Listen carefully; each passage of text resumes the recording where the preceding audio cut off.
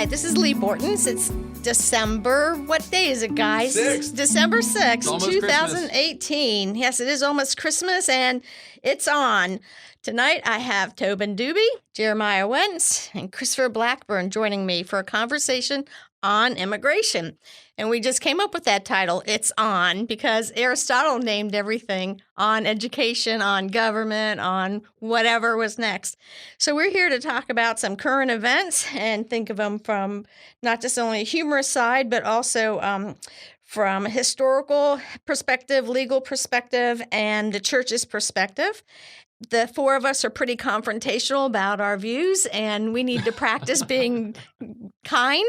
And so we thought, let's practice in front of an audience on how to talk about issues we don't agree on in a civil way.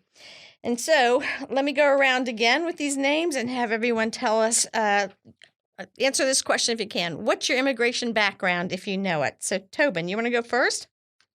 I don't probably have the best immigration background. I'm Tobin Doobie. I do video at CC, and that name Doobie, D-U-B-Y, when we went and looked at the wall at Ellis Island, I think there used to be a lot more consonants before the Y. There's a whole bunch of names that start in dub. But not Doobie. No, I think somebody just didn't want to write the whole thing down. That's probably. That's all. That's all. What? Doobie, just Doobie. Doobie. Wrote it down. So what's it been like growing up in the pot culture with that last name? Oh, I get a lot of jokes, order up, Doobie. No wonder you're hungry. I have no idea why that joke is funny, by the way.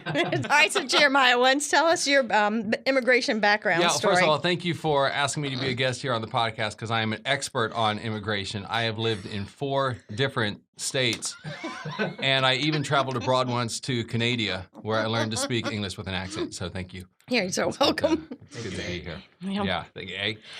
Okay, so this is not one of those topics I think that what I like about the show, Lee, is you didn't obviously handpick knowledgeable guests on this topic. You just kind of chose people who like to argue and need to do it in a better way.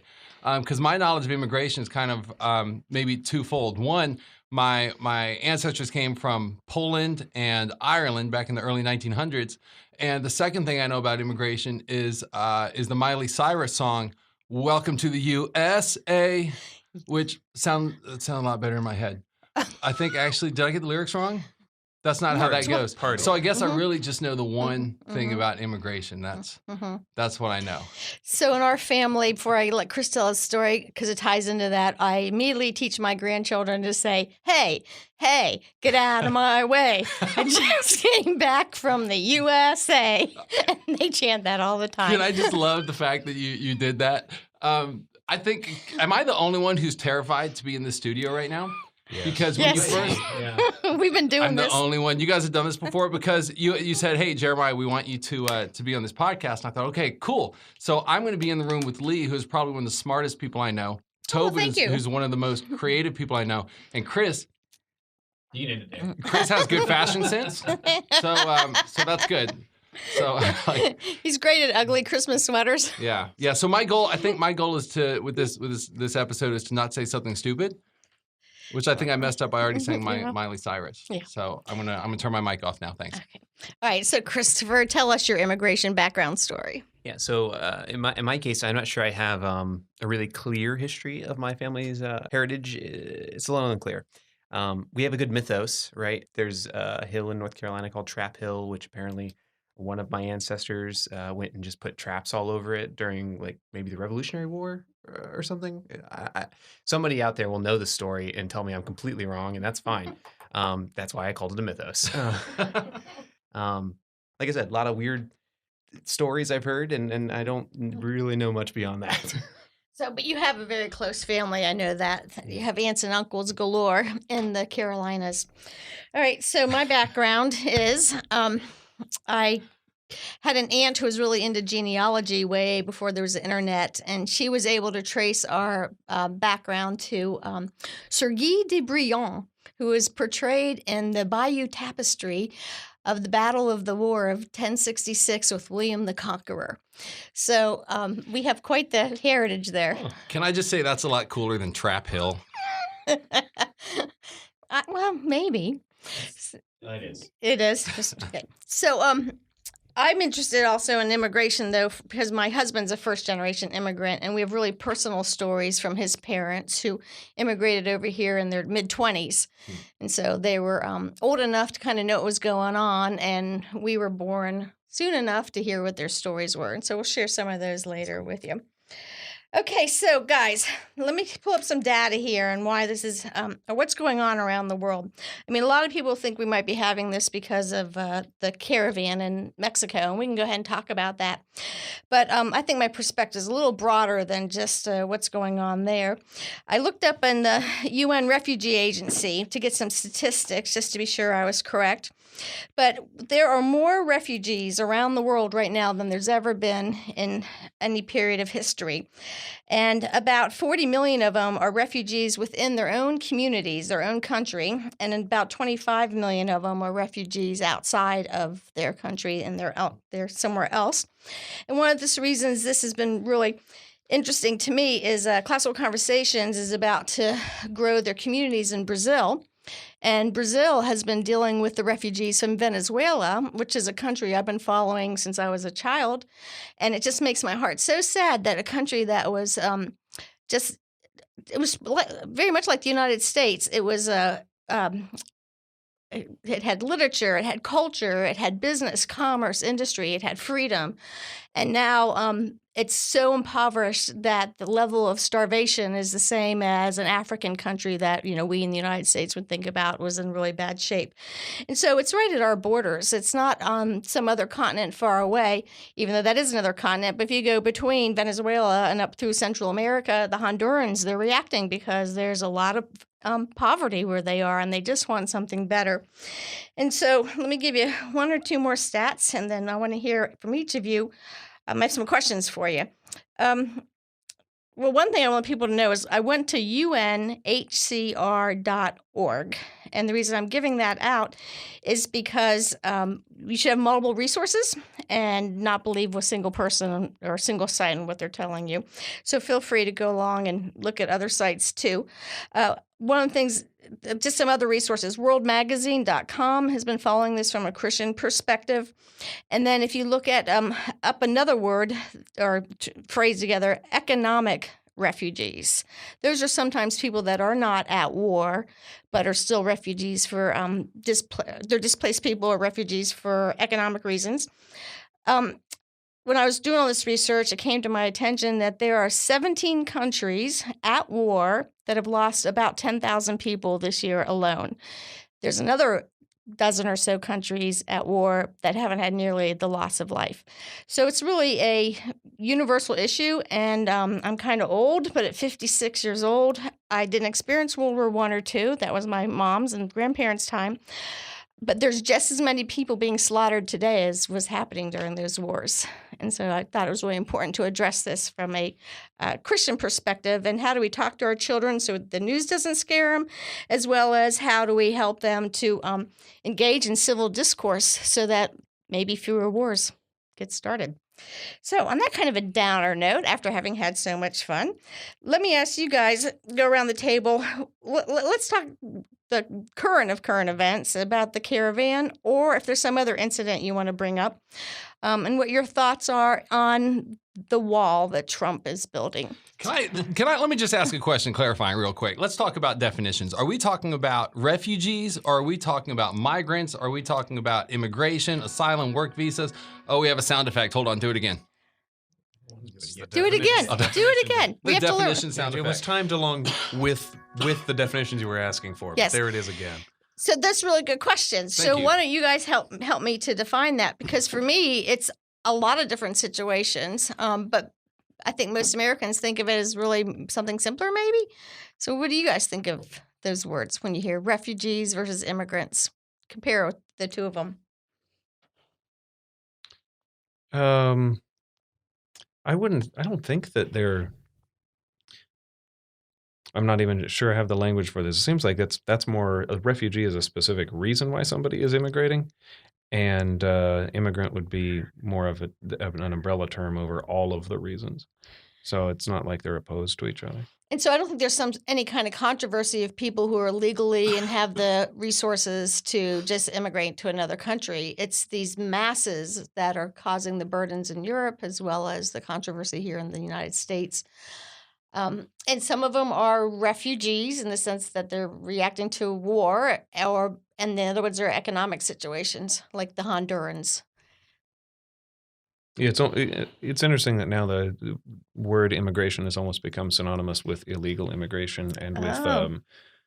the reforms that we should or shouldn't put in place to to deal with that current issue.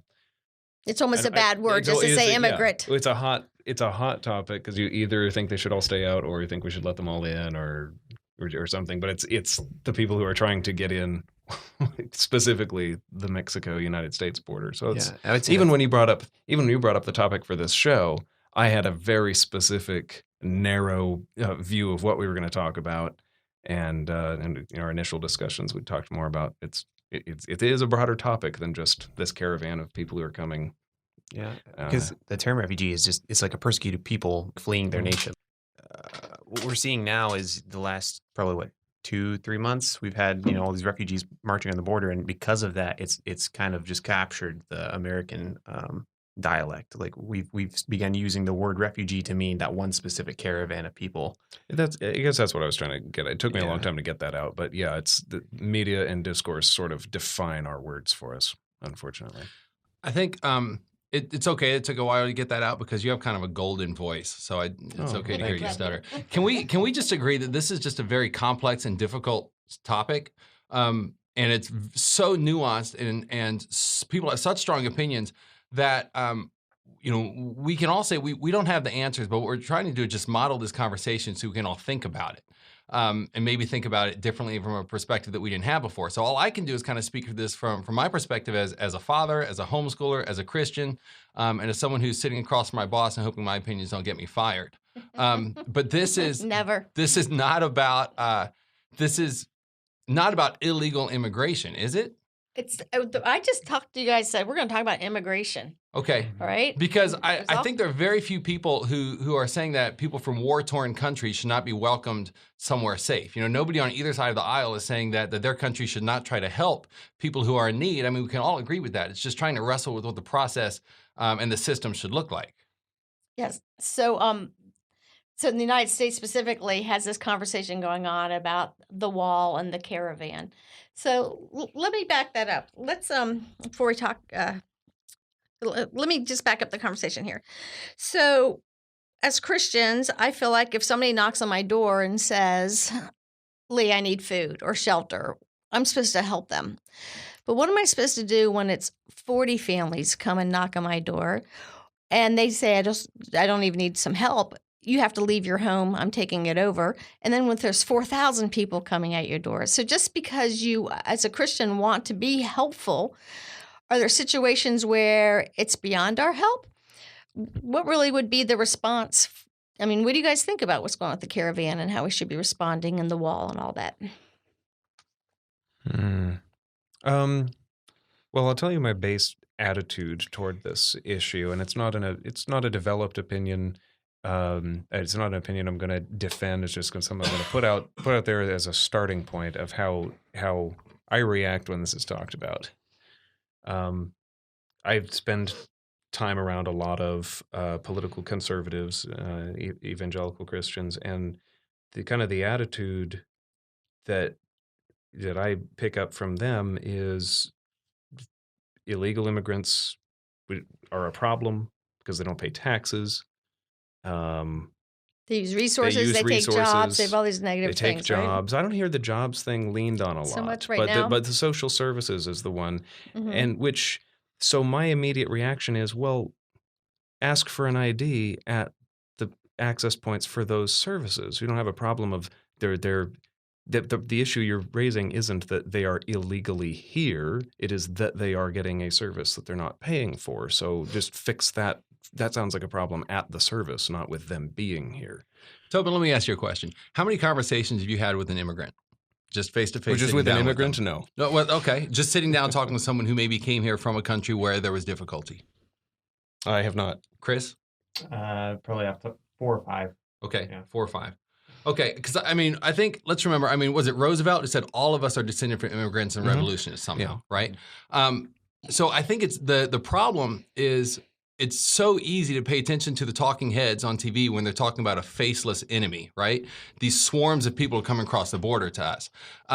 But when you sit down with someone and you have had the opportunity to do this a couple times, I think, Chris, you mentioned 4 or 5 conversations as well. When you sit across the table from a lady who's explaining to you, that she watched as ISIS slaughtered her parents, her sister, her brother, and her kids, and the only way she could get away was to spend 8 months enduring incredible hardship to get here to the United States, where she lives in a house with no beds, no food, very little heat, but a ton of gratefulness and thanksgiving. That's very difficult because all of a sudden you have a face with that person. So it's becomes very hard at that point to say, look, I'm going to turn this person away and all the other people who are like her. And it makes you, and I don't know if we have the answers, Leigh, like you said here, it's different when there's one person and when there's 4,000 people.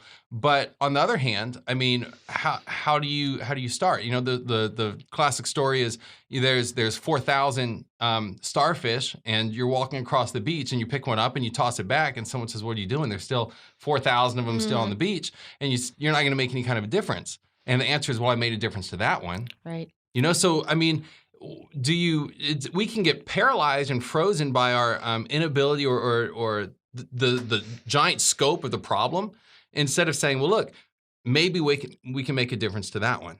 Right. You can do what you can do. But the thing is, as American citizens, as citizens of the United States who vote and work with, or who can work with our elected officials who make these laws, it seems like we need to have immigration policies that are both practical and as well as compassionate. Do you think that that's the kind of conversation people are having, or is it just everyone shutting each other down? It's a lot of public discourse today is shutting people down. The thing I noticed when I was looking up like kind of views on this is I felt disturbed how much the big name people were talking past each other, and you end up with sort of the liberal viewpoint of, this is the land, you know, we have the American dream and we don't have the right to deny this to anybody, and these people have terrible conditions that they're living in, and they help, you know, the labor force helps the economy. And then you have kind of the more conservative side of, yeah, but they broke the rules to get here. And Which they do firstly- take services, and they have and other they arguments take to the it, too. services, but it's not like nobody's just having the conversation Mm-hmm. of, oh, okay, well, how much does their labor contribute to the economy, and how many dollars of Mm-hmm. services are they using up, and let's just compare the numbers, and then we would know the answer. It doesn't seem like that's the hard part. Mhm. The hard part is people engaging each other instead of talking past each other. Right. So you don't hear folks saying, well, what is the history of immigration? Or what's the Constitution say about immigration? What does Scripture say about immigration? What's the UN say about immigration? Instead, they just have this hard way of saying, I'm either really for it or I'm really against it. And they're not even meaning immigration. They're meaning the current situation. The current situation. Right? So where are you saying people get their opinions from? Obviously, they don't look to the Constitution or to Scripture. Where do you think most of people get their opinions from? Tribes. Tribes. Yeah, you're part of Yep. a tribe, and so whatever opinion is voiced loudest in your tribe is probably what you're going to adhere to. Rather you've actually formulated any opinions about that and actually got down to brass tacks and looked into the issue yourself. Whatever is loudest around you, whatever is most popular around you is probably what you're holding to. And I don't think I know many people that are very well versed in the topic of immigration. There's so many sides to look at, with immigration. For one, when you're bringing immigrants into a country, the country that's looking at like the applications and trying to determine who they want in their country, they're not taking all of the immigrants, they're taking specific immigrants. And you have to ask what the effect does that have on the country from which they are leaving. When you're constantly taking the good people out of a country because that country's bad, no one's left to fix that country, and on the cycle goes. And so you actually see lots and lots of places in the world where people are constantly leaving them because they have aspirations and they're not staying and fixing their communities.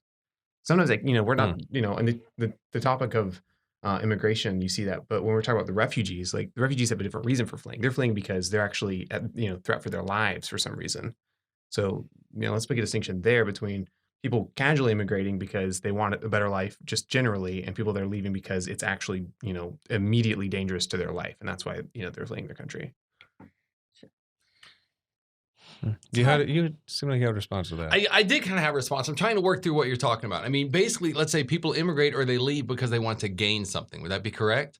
They either want to gain safety or gain opportunity or whatever it would be. Quality of life. Quality of life. Okay, yeah. So they want to gain something. Yeah. So, and we see that, I guess. You raise an interesting question because I guess we see that in CZ communities sometimes or churches. You see it in smaller tribes. You use that word, which I think is a good word because you hear all the time, oh, I left because there was drama. So I immigrated from this group to another group. And I think it's difficult to look at this on a smaller scale and go, okay, is it time for me to leave or should I stay and try to fix the problem? Because it's easy to armchair quarterback rather than actually getting in there and saying, here, this is a problem I need to stay and fix. So I think that was interesting how you phrase that. Yeah. Mm-hmm. What is it? How does that impact what our policy and reaction should be? I don't think we should keep people out because they should be staying home fixing their community. Yeah, so that is tough, right? Because the fact is that all of us can't live in whatever paradise there is on Earth. We won't fit. And so right now it seems like it's the United States and parts of Europe are the favorite spots for people to go. I suspect from the news that the first world nations are trying to help with the refugee situation. If you go online and look at the stats, you can see the billions of dollars that are being shipped to these various countries. But people need to know what freedom is, and they need to bring freedom to their own country. And lots of times that's just horribly difficult to do because there's people who just don't want us to be free. And so I don't know really what the answer is, because that's what I want to say to them is go home and make your own country free. But I know that they're starving and, and just don't have the resources that I do. And so how do you resolve that? One thing we can do, though, is I think have a more compassionate perspective from our perspective if the government would just let us, and right now it doesn't. So I'm speaking more about what happened with my in-laws. They were in refugee camps from World War II, and when they came to the United States actually had a program trying to get as many of them over here as they could, but there was a really strict condition. You had to have a sponsor. So when they came to the United States, another family made sure they had free housing for a year, a job immediately available, got the kids in English language programs, and actually just loved on this family that arrived they're from Latvia. It was a German camp they left. And the thing is, how they hooked up with each other is their entire church got together on this and decided how many families they could support. And so the church brought a lot of families over and helped them for a few years. And there was some sort of rule, I don't remember it now, whether it was like 3 years you had to provide for them. But the government wasn't going to give them any welfare. The local church had to do that. So do you hear of that happening now? No. Well, I mean, there are organizations like International Justice Mission and groups like that who are kind of on the forefront of fighting against these things where the government money seems to maybe not be spent in the best. How am I gonna be? Yeah. I'm gonna phrase this tactfully. The government's maybe not doing a great job with some things. Some things. Well, the discourse isn't pointing. I ran out. I started so strong on that sentence and I quit. But the discourse isn't such that that the people we elect even have a reason to look for other ways of doing things. It's just everything's so cut and dry, and they feel like their constituents are going to be either mad at them or happy with them because there's no conversation as to alternatives. So how much do we think the problem here with people's acceptance of refugees goes back to mass media and 24/7 news, where all we hear are like the bad stories of refugees assaulting this or raping this person or beating this person to death, and those are the only stories that we hear elevated in the news, and we don't hear the other ones. So because of that, do we think that maybe people are getting scared and not being as receptive as they should? Well, I don't think that's the only kind of story that's being told. I think you also hear the pity stories and the mudslinging against the people who were telling the story you just mentioned. It's the two sides. But both of those are very narrow portrayals of Yeah. what's happening. We almost have the wrong word. It's not like there's two sides. It's almost like there's two pencil marks. And there's a big gap between them. And only those two narrow things get talked about instead of trying to brainstorm what's in between them that could bring it together. It's almost, what's weird is that both of the I mean, I have to call them sides for the. Yeah, that's what we say. Both of the sides, Teams. both of the teams that we have in our country, that may or may not actually represent the real sides of an issue, but the two teams both seem to think we have a really that's just a cut and dry solution. Just let them all in, or let none or of them just in. don't let them in and kick them all out who are already here. Yeah. Can I just say, I really like the idea of members on both sides of Congress wearing jerseys so we can tell them Okay, apart. just do that. Two different teams. Yeah. Red and blue. They can. Yeah, they that's can right. find. That's a good idea. Well, It's a bad idea. Yeah. That's what you want to say. Do we have a sound effect for bad idea? no, I mean, it just seems like it would just be acknowledging what's already happening. Yeah, that's Well, what it would be. Well, What I'm kind of wondering though is, isn't it? Part of me wants this to be a cut and dry issue, and I feel like both sides are actually overcomplicating it. This is how I react whenever I hear this talked about. Is we don't regulate prices. We don't. To a large extent, this country doesn't limit how many employees you can hire. It does a bit, but when Reagan brought Gorbachev over here, he was amazed at the bounty that was in the grocery stores, and he said, "How do you keep track of all these prices?" Well, we don't, because money just works itself out like that. You just leave it alone. And I feel like, isn't this kind of they're over here illegally doing jobs that I don't want to do, and they're getting paid cash.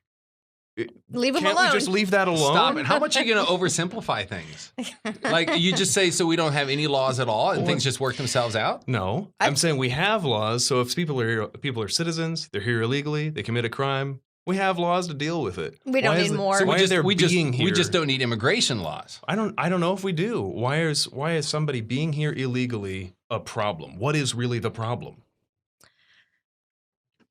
Because this is what the problem is, because we're a socialist country and everything's paid for by taxes right now. And so when you burden even more people on that and they're not contributing to it, they know that it's an unsustainable situation. If we just made it so nobody got services, then what you're arguing for would be absolutely great. And so that's that libertarian argument that, right? So the immigrants, rightly so, they want a better education for their children. So they come to the free American public schools. Well, if they didn't exist and they had to pay for school, that would change even if they things. do exist, even if they do exist, it's at least perceived and is maybe true that receiving an education helps you to contribute more to the economy of this country. It seems to me that we either believe that or we don't. And if we believe it, you should just let whoever go to the schools and then contribute what they're going to contribute to the economy. If you don't think that's going to work, then you don't think public school is going to work for anybody. That's why it seems like an odd solution. Uh-huh. I don't understand why it's an issue. Yeah. Well, perceptions are just so I weird. don't know how to end that sentence. Yeah. I think I made my point, but then You trailed off. I trailed I off, have a yes. question. Lee, let me ask you something. Have your views changed over the years on immigration as when you became a mother, when you became, just as you've gotten older, different stages in life? I mean, have your views changed? Well, yeah, because it wasn't really an issue for most of my childhood and young adulthood. We were a family of immigrants, and we expected other people to be immigrants. That was the story of the United States.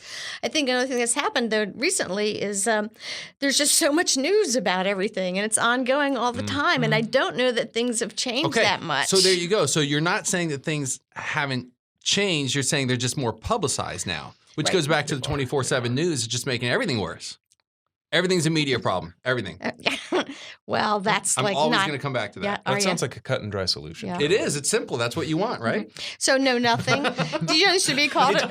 There was a know nothing party in the late 1800s or early 1900s. Yeah, what was that party about? Yeah. I know the name. They didn't want to know anything. I don't know. I'm not making up the name, but I don't know what it was about. I think that party still exists today, and it goes by a different name.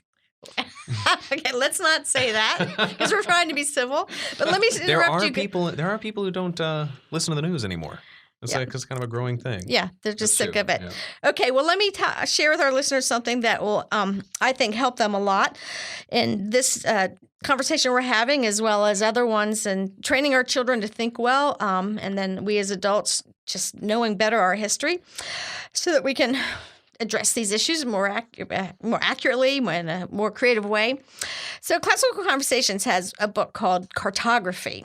And it's almost my favorite book for a middle school student or somebody new to world politics to start with, because the number one thing that we've debated in the most ugliest way possible is boundaries, geographical boundaries, and how to use or abuse resources.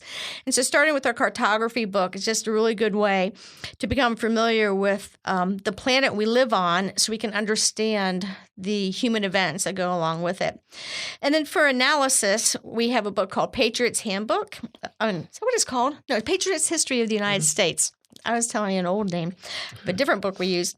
And it's a thick book, and I hear people either love it or they don't. But the ones that love it tend to be really knowledgeable about American history and feel like it's a really good analysis for a timeline of American history and why things happened. But I want to share with you also a third book. This one's my favorite, and everything we do in Classical Conversation seems like it is an answer, and it's called Amos Fortune Freeman, and it's our only book about an immigrant from Africa to the United States. And one of the reasons I love that book was because when he first came to this country as a Black gentleman in New England during the time of slavery, he was a king in Africa, and he knew who he was. And he came to the United States, and over time he learned to speak our language, but everyone thought he was a mute because he wouldn't say anything. And then one day he heard some children who were in the family that he was a slave to reading the scriptures, talking about a king and that we're all kings.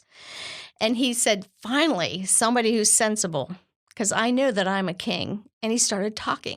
He refused to talk to anybody because they had no civil discourse. They were all so rude. They were just mean to each other. And so it's this really interesting story about this man who was very much a gentleman. And once he found out that there was such a thing as Christianity and people had a totally different viewpoint than he had seen previously, he began seeking out Christians and went on to do a lot of work to help the slave community.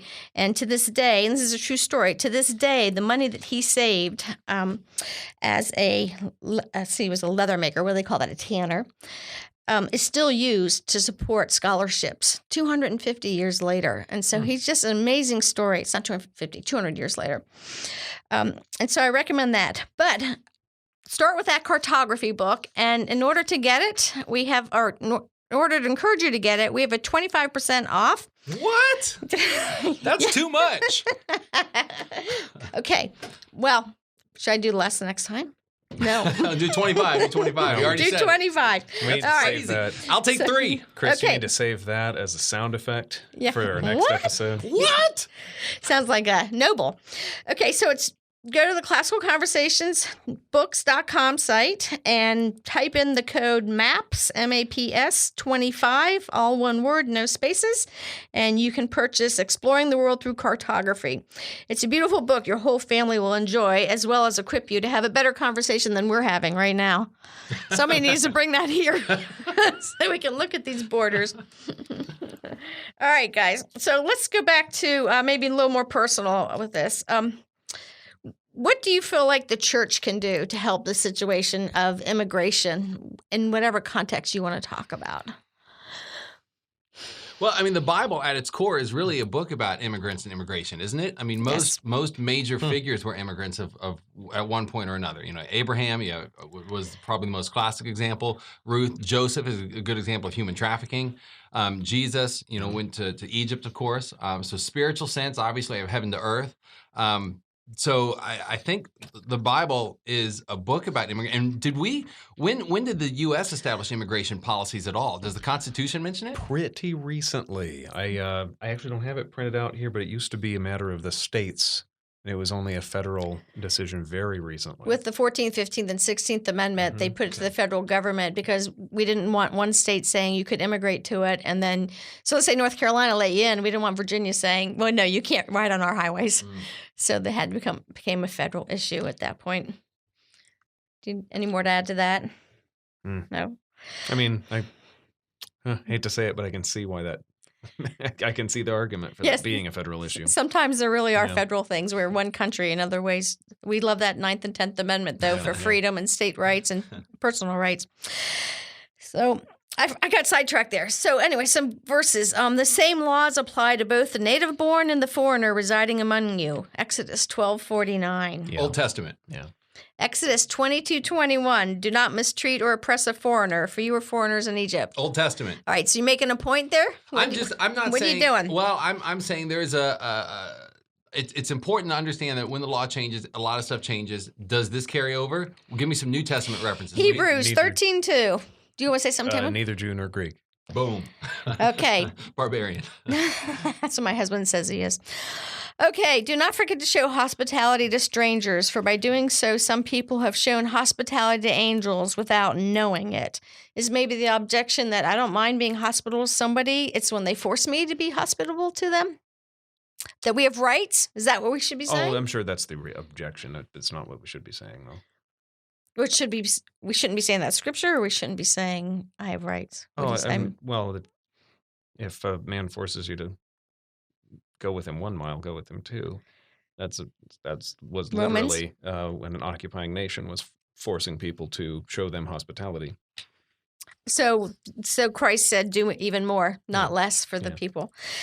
And we're supposed to give our all to help, and yet it's really hard for us to give. As my friend Kirsty Gilpin says, we don't even get. We only tend to give out of our extra. Very rarely out of. It doesn't cost us in what we give. That's pretty disappointing. Let's move on and not be disappointed in ourselves.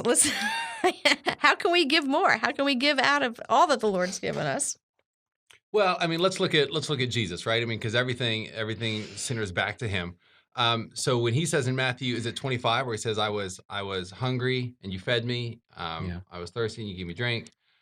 That's probably the clearest point, right? I mean, for us to, when it says this is the behavior you should have toward all. I think the problem has always been historically in our churches and maybe in ourselves, because the church is a larger extension of that, is how we put scripture into practice, because that's always the difficult part. For me, the thing that I wrestle with is just continually reminding myself that God does not love America more than he loves any other country. Yes. And there are no Greeks or Jews. There are no barbarians anymore. We're all one in Christ Jesus. And if we're created in the image of God, then the Bible's pretty clear that the way we treat other people, the least of these, Matthew 25, is a direct reflection of our attitude toward him, right? Yes. Because we're commanded to do one thing in Scripture, and that's just love. That's it, period. We love God, and then we love other people. And everything else stems from that. I forgot the question. Oh, I probably rambled and didn't have a real good one anyway. That's what I tended. Oh, the church. We were talking about church's response. What was that sound for, Christopher? Tell us what that. Back on track. Get back on Jeremiah's track. sound effect. Okay, back on track. Silence. Yes, it's okay for a moment. Gather your thoughts. You look like you want. Has anyone here been part of a church that actively reached out to, had, I guess, outreaches or mission trips or anything like that worked with people who were would maybe fall under this categorization? I just very small basis. I've done it. I wouldn't say I know much about. The mission trips I've gone on, of course, were to help folks that were struggling like that, but they weren't. It wasn't during this era. This last 2 or 3 years has been. All I know is I remember when 9/11 hit, and I had so many friends all of a sudden hating Muslims, and I was like, "What's the deal with that?" They, at least the Muslims, the Jews, and the Christians were monotheists. I always thought that we had something in common, and just overnight, all commonality disappeared. Now, there's been a lot of wars since that happened, and maybe there's a reason for it. But it was just, that was the immediate reaction. There was no historical context to it or thought of what Scripture said. It was just really difficult to hear such hate when there really wasn't, there was just so many people, I guess, lost someone they loved in New York City at that time that they needed to lash out. But people who didn't lose someone were acting that way too. So you think where our perspectives are being shifted to where we elevate differences rather than similarities. And so we're seeing, would that be what it is? Mhm. I mean, we have, okay, we have a great book that's coming out here next year called Analogies for All of Us. And the goal is for our Challenge A students is it's to help our students learn how to draw comparisons and see similarities through people who have different viewpoints, through all different things in life, and just draw correlations that they wouldn't always see. So when they start seeing those relationships, it helps them accept the other side as saying they're not that different than me. We do have so much more in common. Because I think as natural humans, sinful nature, I'm a sinner by birth and by will, then I am prone to seeing differences more than similarities. And it definitely takes some action on our part to say that's not the way Christ desires me to be, because we are all in the image of God, and so we need to focus on those things that we have in common over that. That is what's going on. We don't think of what the commonality is. I mean, think about just within the Christian traditional faith of orthodoxy themselves. I mean, and people ask me all the time, can Catholics be in the program, or what about all these people becoming Orthodox? And it's just really unsettling to them. So when something that's even beyond what they know occurs, it's really hard to know how to deal with it. So that's a natural human response. So it's not like I want to put that down. We just want to encourage, all right, what are you going to do next rather than be angry? What can you go learn about, or love on someone? Or So let me ask a question here, because we've kind of referenced it a little bit, Leigh, when you talked about how things are different now than they were 20 years ago. And I don't know if anyone in this table can actually answer this question, because I don't think anyone was alive during like the barbarian invasions in the Roman Empire. But how has migration, the issues that we face today, are they different than the other major migrations throughout history? Like from England in the 1600s, or you have, the California Gold Rush would even classify as that, like a major population shift. In India in the 1800s, there were 13 million people who left. So is it different now than it was? I mean, how is that? Why are these issues that we're facing now the same ones that people have always faced? Or are they just more commonly well known? I would say that sounds pat, but there's nothing new under the sun, right? It's always been this way. Well, I think another thing that's changed, though, is you knew when it was happening to your country, because it was happening to your country. Now I know where it's happening everywhere. And it makes it so that, like Neil Postman said, amusing ourselves to death, that so much news that it all becomes trivial, because you can't do anything about all of it. So you do nothing about any of it. We need a sound effect, Chris. Yeah, something. Kind of like stamp it. That was really good. There's nothing more to say. I don't have just like a million sound effects. You don't want me to drop the mic? Like technically. Okay. Well, we're getting close to the end of the time that we have together in this issue. I want to kind of bring it back, though, to what you referred to earlier as Christ is the epitome of the immigrant story. He left heaven to come here. He actually chose to do what none of the rest of us are doing. Right? The immigrants who are coming here, the refugees, the problems that are occurring are because people want a better life. And he left for a worse life so that he could be with us. What are you going to share with your kids about Christmas and Christ and immigration this December? We got two fathers here. Do you even think about it? Well, there's always more to think about with Christian truth, and the good thing is that children naturally ask the questions that elicit those realizations. That's true. Your children I know are pretty young, but they ask some good questions. They have been. Right now, we're reading *The Lion, the Witch, and the Wardrobe* because it's Christmas time, and that's horrible to have been always winter and never Christmas, right? Yeah, Rose is really mulling that over, and we just read the chapter of when Father Christmas arrives, and she asks all kinds of questions about just about the world, not so much about Christ himself yet, because I think she feels like she's got a pretty working understanding on that. I had to explain to her, Jesus and his Father are not the same, but they are both God. Yeah. She was pretty happy with that paradox. I was surprised. She's willing to take the mystery. You know, you made me think about that with that story, The Lion, the Witch, and the Wardrobe. Maybe always winter and never Christmas is how the Hondurans are feeling, or how the Venezuelans are feeling, right? And that helps us understand them more. So that's an interesting framework to look at it in, because the pat conservative answer is to this problem is certainly not a jovial, festive, generous answer. But I'm not sure that the generosity of the liberal side is actually jovial either. Why use the word jovial? I'm not sure either side's jovial. That's the theme of Christmas. That it should be jovial. Is so to backtrack a little bit, Jove is the theme. The medieval planet Jupiter had a whole character associated with it, and we see that character most famously in the Ghost of Christmas Present.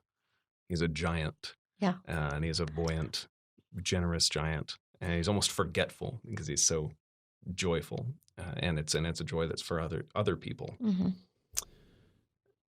And that's, I think that really is the spirit of Christmas. I think he had that right, and you see that in Aslan too. In that book, that's the way Aslan is depicted. Even Mr. and Mrs. Beaver are joyful in spite of their circumstances. Yes, they lay out a feast for their guests. And I don't know. That's not really. People talk about the meaning of Christmas. That's not one that we talk about in a big way. How do you know this stuff about Job? Like, how do you, what? So there's so this is off topic for that. For Go off for a minute. There's a because it's on and it's off, remember? It's on and it's Hey, we'll off. bring it back. Go ahead. So there's this scholarly book called Planet Narnia. You gotta say scholarly before you say a book. Well, he wrote a scholarly book. He wrote a one for professors, and then he wrote one for just the masses, and that's the one I've read. And what's it called? I don't think you preface any of my books with the word scholarly. Yeah, I don't think I've read any scholarly books either. I think I colored in one once. Yeah. Michael Ward, Planet Narnia. Oh, Planet Narnia, yes. And he talks about kind of this interpretive key to the Chronicles of Narnia. Why are there 7? What makes them all different? And it's that they are those planets, and you sort of understand these 7 facets of Christ that Lewis was talking about. Through reading the Narnia series. I think that's really interesting. What I'm picturing is your Christmas decorations having like a weeping Santa Claus because you remove the jovial part. That's how I picture your house as being a very sad place on Christmas morning. It's not jovial, kids. Because we do live in a world where it almost is always winter and not Christmas. Since Christmas is just a time for commerce for a lot of people, and it's almost an empty generosity as a formality. And I guess maybe that comes back to what you were saying. I feel like the viewpoint of, hey, we have to let all these people into America because it's nice, but it doesn't go so far as to talk about what the bad conditions they're from and calling people to personal sacrifice. It's more, we should just have this policy that doesn't really affect anybody except the people that's letting in. It's just on paper. I don't know. Maybe that's the thing that bothers me about it, is that it doesn't seem truly generous. It's not Christ-like because we don't leave our great country and go work down there to try to help them be free. And people have done that in the past, right? You can think of in the American Revolution, various Frenchmen and Polish folks from your background there came over to help the United States. Well, also the idea that the only way to help immigrants is to vote for people who would let them in rather than seek out ways to help them find jobs here. Voting should just be one of many ways to help somebody. Right. That's really good insight there. I like that, Tobin. So with your kids this Christmas, do you initiate these conversations? Do you engage? Do your kids know what the word immigration is and understand caravans? Do they know that type of stuff? No, they're too little. Keeping it pretty symbolic. We're on the point now of, you have to fight the sadness monster. You have to fight the angry monster. A wall won't work, kids. The aliens will just fly over it in their UFOs. That's probably my best line. So I think the problem. Leigh, you mentioned Postman before, and amusing ourselves to death. He said that Americans don't talk to each other anymore; they entertain each other. He said we don't exchange ideas; we exchange images. And so I think maybe the best thing to come out of this is that we're actually having these conversations. There's right? no images, right? It's a podcast. Right. Okay. So what we're doing is we're communicating about ideas, and we're trying to model it in a good way. Maybe succeeding at times more than others, but I think the problem that we wrestle with as a homeschool family. I'm a father of 4, husband of 1. We want to protect our kids, and one of the reasons a lot of homeschool families choose to homeschool is they want to protect their kids from all the negative things in the world. Yes. And in doing that, they isolate them from everything in the world. And so the kids have no exposure to this, and so they're not introduced to these ideas. So the tricky part for us as parents is how do we initiate these conversations with our kids? This is someone who needs help. This is an immigrant. This is what, your family, hey, we were all immigrants. We come from a history of immigrants. This is our family story. How can we help somebody this Christmas?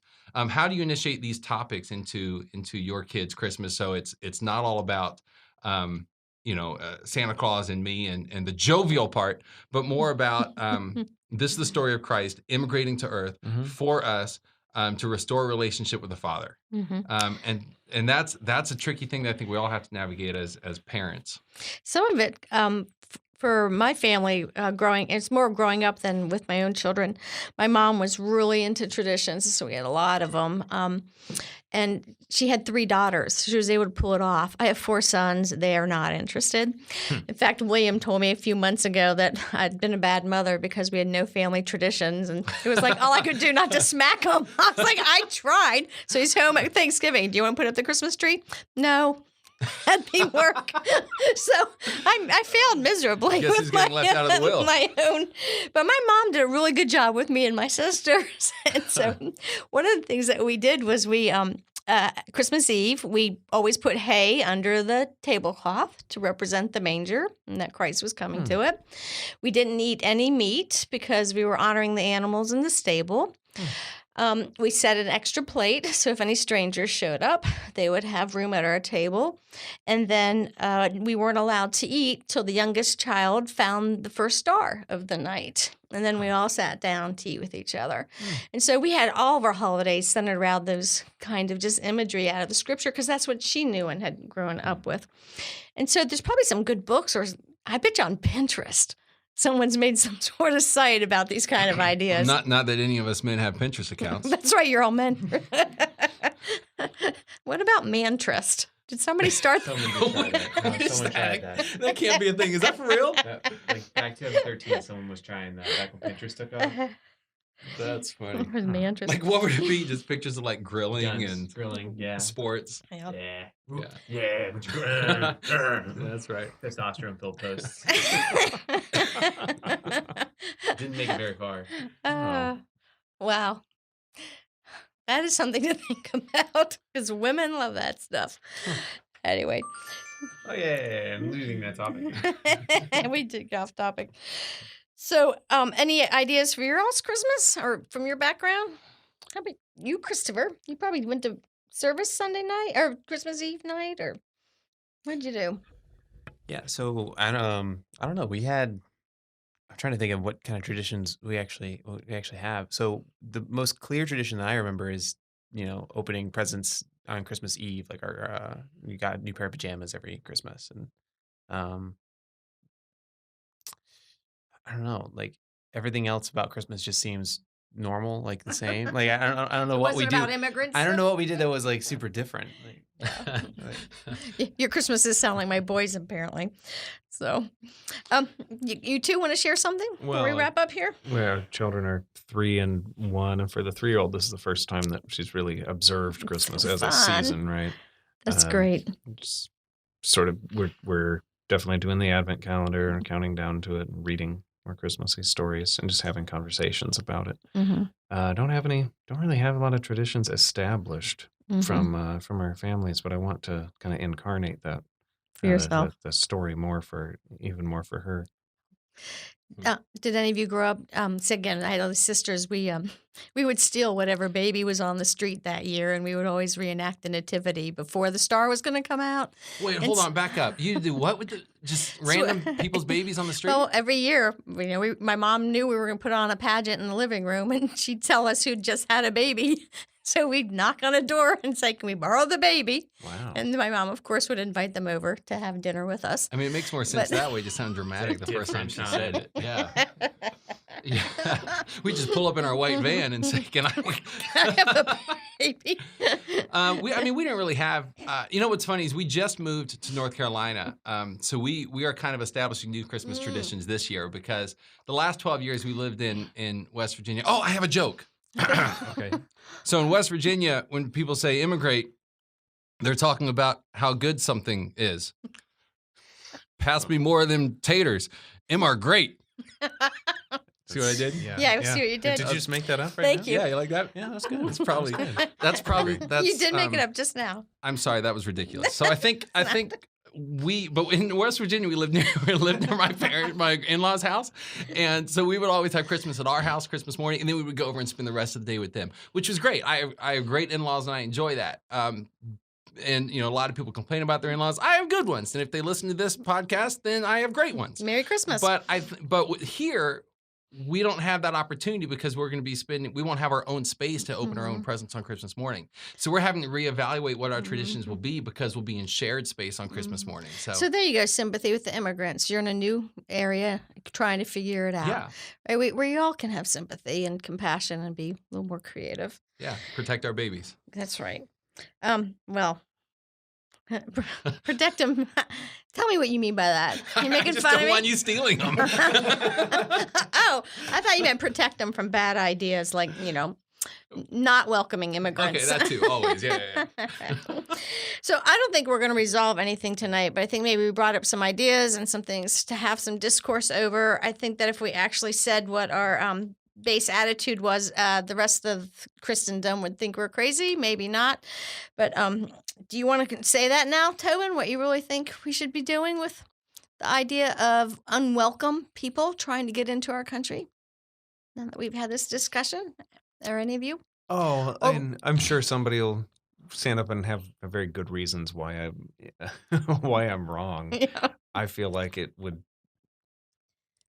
the more people are involved in the exchange of goods and services and the creation of wealth by performing those services, the richer your country is. And I feel like just my attitude on this, based on the reasons I've been told that it's a problem, I don't really buy any of those reasons. And I feel like it's just going to take care of itself. Or at least, if it is a problem we need to solve, then the illegals who are already here, I don't understand why we don't just give them amnesty. Sounds like a huge paperwork problem to try and figure all that out. Yeah, I mean, there's a cost, whatever Sort the of this, decision is. Oh, they broke the law, so they don't deserve to be here. Well, maybe not. But what are we gonna do about it? Yeah, Tobin's an anti-government free market refugee guy. I don't want my taxes going to all the army of bureaucrats. And who would have Santa to solve Claus this problem better have out. a visa. It almost seems like they fought their way to be here. Like that should warrant something. Like, oh, you managed to get in? Good job. Good job. Right, yeah. You're welcome to stay now. Like, You figured out how to get here? congratulations. do it. It's like the kid that cheated on the test and got away with it. Like, he still passes. Well, I am just so That's a glad we're not in charge. terrible of making these answer. rules. It's not what I'm saying. Well, so let me finish off with a book. We are classicalists here. We like literature and love the Lord and His law. But I want to ask you, how many of you have read The Best Christmas Pageant Ever, and how does that relate to this? If you haven't read it. We're just gonna leave me being the only one giving an unsupportable opinion like that. Or is this- Oh, you want other people to have? keep going. Okay, No, okay, no, go. I thought everyone was gonna do it. That's okay. I can be the only one. No, go ahead, Christopher. So I think we were all kind of like jumping onto your opinion Yeah. together. Oh, we We're weren't kind of supporting you. we weren't Oh, shipping okay, you out the okay. door. We're trying to get rid of Tobin. Yeah, no, I would agree with you. I don't have extremely well researched opinions on this topic, and for every point that I could list as to exactly what I think the government should or should not be doing right now to fix the problem of immigration, someone is going to be able to present me an equal reason, not that I'm going to go, oh, yeah, that's a really good reason. I don't know what to do with that. Like, Maybe part of the problem is that we're expecting the government to fix a situation. Right. What you just said, right? And it's never been done. governments have very limited abilities to do things well, and that's why you said what you did earlier. So I guess that's my takeaway from this, because with every conversation like this, you always want to say, okay, how can I take this and turn myself into a better person who's more Christ honoring, and better walks out the image of Christ in my life. So I guess for this, I'm not going to be able to fix this great big government thing, mostly because nobody listens to me. But I think if I look at it and say, how can I fix my life to be more Christ honoring in this? This makes me look at this holiday season and say, okay, who are the displaced people, wherever they source from, who I come into contact with, that I can reach out and bless and share the love of Christ and be his hands and feet. So I think that's probably my takeaway from this whole conversation is we're not going to be able to fix the caravans and the thousands of people on the borders, and we're not going to be able to handle that. But what we can do is say, here's my sphere of influence. Who can I love today? And I think a lot of people, when they're trying to argue about, where it sounds horrible to you, and me too, Tobin, on the immigrant issue, when I talk to them one-on-one, they're like, the reason I'm I sound so anti the immigrants and the refugees is because I live in this county that's very poor, and I'm doing so much to help the people that already live here, and that's who I can influence. And now you're asking me to also support people that I will never see or touch or know, and so it's just hard to get enthusiastic about that for them. Yeah. Hmm. I would also say this, Tobin, my job is to obey the law, Romans 13, and love people. So you have those two things. Obviously, you have care paravel. You got the lower courts and the higher courts. But so you say, my job is to obey the law and the governing authorities and render to Caesar what Caesar's and all of that stuff. And if I do that and love people, then I'm fulfilling the call of God for my life. And so I would say that when we look at immigration, again, nobody's saying we shouldn't help these people. We're just saying there's a right way to do it, and the process and the system is what we need to evaluate. Right. But I don't think anyone on either side of the aisle is saying these people are not deserving of help. Well, and it's not only the process either, because there might be someone who's illegally here who's near you that you need to be generous to, and that's kind of the thing nobody talks about. Is it's only a national issue. Who should we vote for? Which policy should we vote for? Not how should we treat the ones who live near me. Yes. So I don't want to make myself sound more than I am because it's a very small thing, but there's an illegal immigrant that we've been helping for many years through very many illegal things. There's no way to help him but he's here illegally. Except that one of the things we helped him do was to get his national status last year. So he's got the right that's cool. cards. Yeah, but that's cool. it's just a situation where he was abandoned here as a young person by his parents and was raised by extended family. So just didn't even have the resources to do things right. So it's that, one-on-one, knowing somebody and, trying to help him. Just a really great guy, the kind of person that I wish all of us could be. There's a great organization I've been on a couple mission trips up in Buffalo, New York called the Dream Center, and there are Dream Centers across the country. I know LA has a great one, but they work a lot with refugees up there in Buffalo. And one of the things that they said when I was asking them, look, this is incredible stuff you guys are doing. You're serving hundreds of refugees. You're bringing them mattresses. You're getting them clothing. You're getting them food. You have this giant warehouse food pantry. How did it start? And he said, look, starting a food pantry and serving refugees and anybody is very easy. You just go look in your cabinet, and that's it. It just starts with what can you personally do? There's somebody in need. Let me reach out and love them the best I'm able to. That's right. So we always need to be looking for that person to help. Okay, I do want to talk about the book. All right. The best Christmas pageant ever. Did you read it? Are you talking about I've seen it done. the I haven't movie? read it. I I haven't went and read- saw a production of it as a kid. I haven't read Most it. people do pretty good Yeah. movies and productions of it. Have you read it? Are you talking about the best pageant ever titled The Worst Kids in the World in Australia and New Zealand and the UK, the book No. written by Barbara Robinson in Yes. 1971? But that's a different title than I've heard before. I Wikipedia. I've never heard it. I've It's the never heard best of this book. It's the best Christmas pageant ever. Do you remember, Christopher? Yeah, I remember the book. So do you see why I'm making the connection with Yes. the refugees on there? So basically, there's a family that's been abandoned by their parents. It's a family of 5 children. And another family takes the 5 children under their wings and makes it so that they have the best Christmas pageant ever. And so I just really want to encourage your families to read that this Christmas together. It's about 50 minutes read aloud. And I've shared it probably a couple other times this. Whenever I was home at Christmas as an adult, I always read it aloud to my father every year. And so it just has great memories. And the kids were willing to listen to it too. Good story. Nice. Okay. Anything you want to end with? Otherwise, guys, thanks for joining me. And now we're off.